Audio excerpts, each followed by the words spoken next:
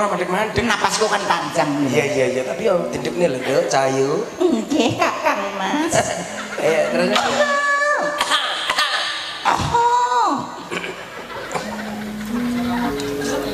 Tapi sak cerita. Iya sak cerita. Ojo cerit.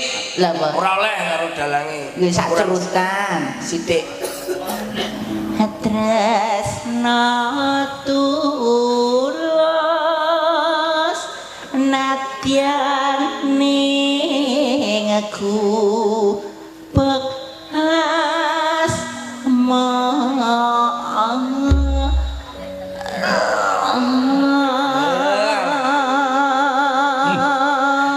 jeneng arep ngebrolke kaya ngono. niku nek disawang nek dirungokke para sopir-sopir niku mesti bocahe ayu. Ayo dirungokne radio. Bahasa ndelok ning kene mutah. Kuwi jan jebles karo suarane ibuke.